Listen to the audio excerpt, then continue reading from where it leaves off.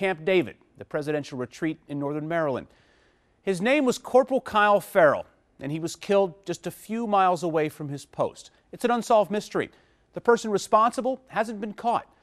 I went to the Maryland State Police Barracks to do some digging on this case, and they opened the books to me and my crew. Corporal Farrell's family and friends still searching for answers and justice. The weather was horrendous. It was raining really hard. You couldn't see anything that night. He introduced himself as a volunteer fighter. In the heavy rain, Michael Crone started having problems with his car. He pulled over onto the shoulder and called for a tow truck. See somebody on the side of the road, you know, Mama, we need to stop and help them. And it'd be like, according to where we are, I'm like, I don't know if that's a very good idea. Yeah, oh, come on, we'll be fine. You always want to stop and help somebody, That yearning to help is what drew Marine Corporal Kyle Farrell to the shoulder of Route 15, just south of Thurmont, Maryland. He had the big, huge lights in the back. In fact, he had the big front lights, and I thought at first he was the tow truck. And he said, you know, let me go back and get a raincoat. So I see this thing go by. There was also kind of a noise, and you know, it's all at the same time, like a whoom. His door was completely torn off, the driver's side door. We could see a body on the road. You felt like you needed to help? Yes. Right after that, I could actually see Corporal Farrell. He was right outside my window, like right about, you know, there in the traffic. We need assistance, like, you know, and it was just taking forever, and like, what do we do at this point? He was not responding in any way whatsoever. We checked for a pulse, but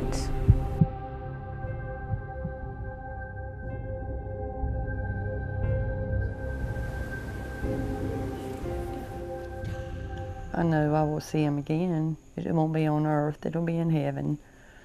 And I look forward to that.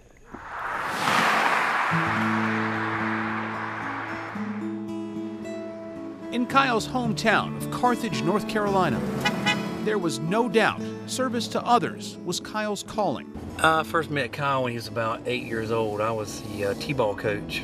I knew at an early age that he was going to be supportive of the community. He joined the fire department when he was 16. He was there side by side with me, going inside a burning building. He's always told me when we were growing up, he said, I wanted to be in law enforcement. He'll see a car on the side of the road, you know, with the four-way flashers on, and he'll just look at his friend who's just like, hey, I'm gonna stop and render my assistance. When he took leave time from Camp David, Kyle often made the long drive home. He did ride-alongs with the County Sheriff's Office patrol unit. We would go on calls together, and after we cleared a call, of course, we would talk about the calls. He was at an early age of wanting to know everything he knew, could know before he got on the road. And all he wanted to do was come home and join Carthage Police Department and, you know, finish his life here. He wanted to come back home.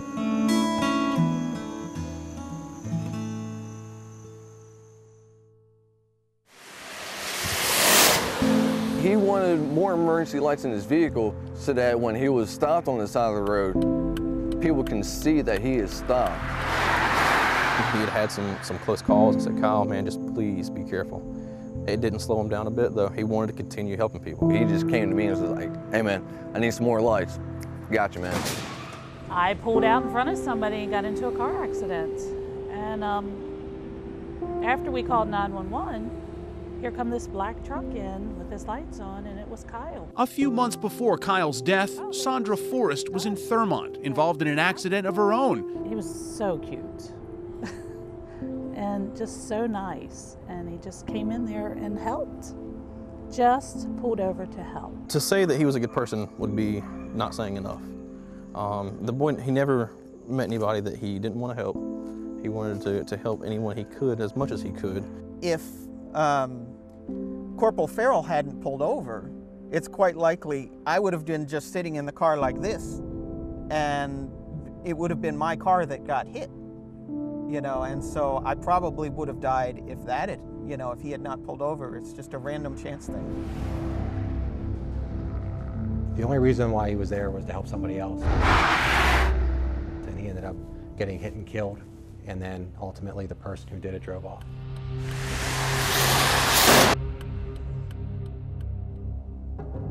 One of the most frustrating parts about this for Kyle's family and for the troopers investigating the case is that there's no clear picture of what the suspect vehicle looked like exactly. You know, the witnesses all agree that it was some sort of heavy-duty pickup truck hauling a flatbed with 1 or 2 cars on it, but it was extremely dark and it was raining like crazy. After the accident, the truck driver stopped way down here, about 500 feet away, but it was too far away for anyone to see the license plate, the driver themselves, or even the color of that vehicle. And then it drove away. So as we look at the photos, your recollection of being on the scene, you know, what stands out to you, the damage to the vehicle? There's no movement to Corporal Farrell's truck. I mean, where he parked is where his truck remains. He had his door open? Yes, he did. Is it fair to say he just never saw it coming? Yeah, I think he was, at the time he was reaching for his jacket. He might have retrieved it at that time, and then as he was coming out, he was struck. Probably never saw it coming. Sergeant Michael Toluski is an accident reconstruction specialist with the Maryland State Police.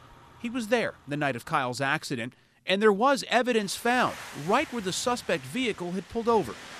Pretty big piece? Yeah, it was probably a 3.5 foot piece of metal. So a substantial piece of the vehicle was embedded in there. So it just took a chunk of Kyle's vehicle, pulled it out of his trailer, threw it into the grass or into the woods, yep, and then took off. And then drove off. So there were only 2 witnesses to the accident, really, and neither of them really saw anything. No, they didn't. It was only later that other people that had stopped for the accident told me that he had left, because initially he pulled off.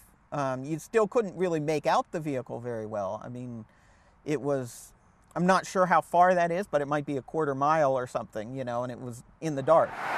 Sergeant Toluski believes it was the car trailer being towed that hit Kyle and his truck, something that may have looked like this. He noted no paint was scratched off the suspect vehicle and transferred onto Kyle's truck. So the trailer wouldn't have been damaged that much. So there's really nothing to scraped up, like so there's really nothing to fix. There's really nothing to, there's no way, nothing to turn into an insurance company. And perhaps then, only one person who knows the whole story of what happened. I made a bunch of stickers that go on the side of our helmets. And I mean, every time I put that on there, he's on our mind and everything, and he's looking over us. I want to do something to just keep his name alive. Something to when somebody sees it, somebody to ask a question. Who was he? And so I wanted to do this for him. Is it hard for you to drive that stretch of road every day? Does it bring back the memory every day? It does. And you put your hand over your heart when you pass his sign.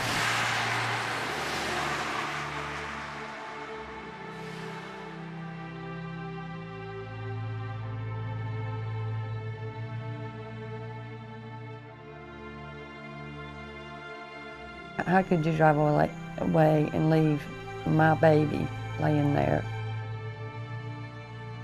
Come to even and give his family and friends the peace of mind as far as who did this. How could you not at least tell us you're sorry? It's got to be digging at him, and it would just be easier to turn yourself in. I'm sorry, I didn't mean to. Ask for our forgiveness, Nothing's going to bring him back, but to bring closure not only to the friends, but ultimately to the family. He was going to be a great police officer. There's a lot of good memories. He just came across as this great guy that just pulled in. So every time I see a vehicle on the side of the road, I hear his voice telling me to make sure they're okay. And this guardian angel that came to help.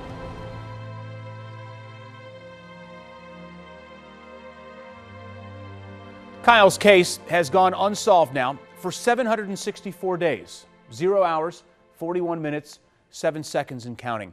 Maryland State Police has exhausted all the leads they followed in this case. They're at a dead end at this point.